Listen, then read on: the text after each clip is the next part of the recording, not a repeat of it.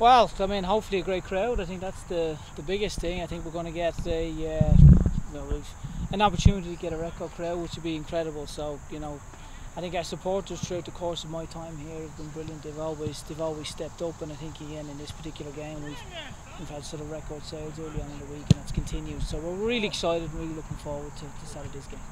I mean, we'll have to wait and see. We've had some great crowds. I mean, obviously the last one was with 11,000. So I think we've been building sort of on the fan base, and the community relations aspect I think has gone from strength to strength. The fan support has gone from strength to strength. So I mean, I think we're definitely moving in the right direction, and I think it's great that we'll have such a big crowd against our rival Cincinnati. So it's a game that we're really excited about and really looking forward to. Yeah, I mean, I think first year a lot of people were is it going to last? Is it going to be around? And I think that was the striking difference for me, was that I think there's been so many sort of minor league sports teams that had been here and then had left, so there was a bit of scepticism, and I think we've moved way beyond that, and I think the city deserve an awful lot of credit for the way they've supported the team, and I think the mayor and Metro Council, everyone's looked at it and saw how real it is, and not just sort of the crowd attendances, but the passion that people have. I think when you speak to our supporters, they're really passionate about the team and the club, and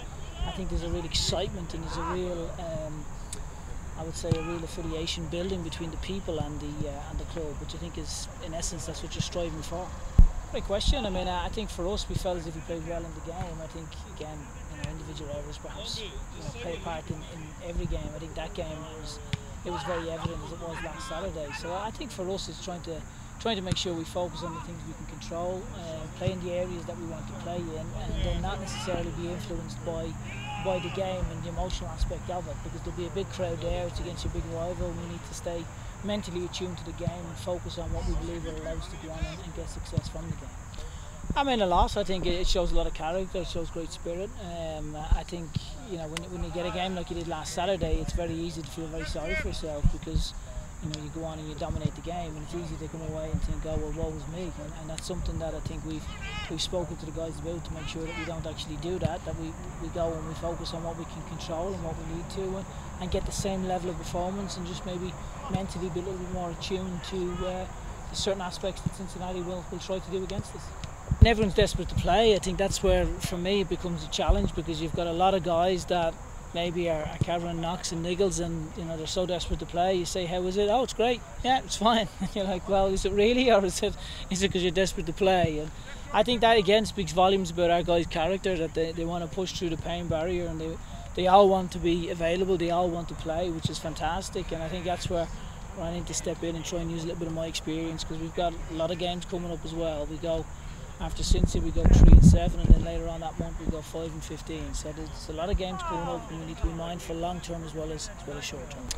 I don't think it's about, for us, maintaining our spot. I understand what you're saying. I think for us, we look at every sort of game on a game by game basis, and I think people maybe don't believe me when I say that, but it's literally, for me, my whole focus is on Cincinnati. I tend not to look longer term, because in my mind, if you can look after all the games that you come up and you play, the table, the standings, all that will look after itself.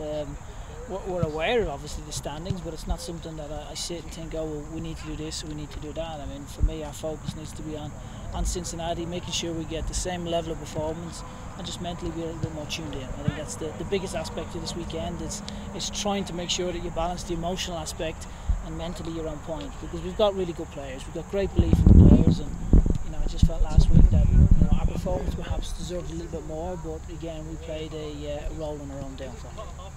Well, I mean, that's interesting. I mean, I'm looking forward to being able to watch the Saturday morning games again. That's for sure. I have a fondness for Stoke. Obviously, the teams that I played for, I have a lot of affiliation with them, and you hope that people do well, that you're there. So, Amy's from Stoke. Obviously, her family's from Stoke, and I've not a lot of friends in there.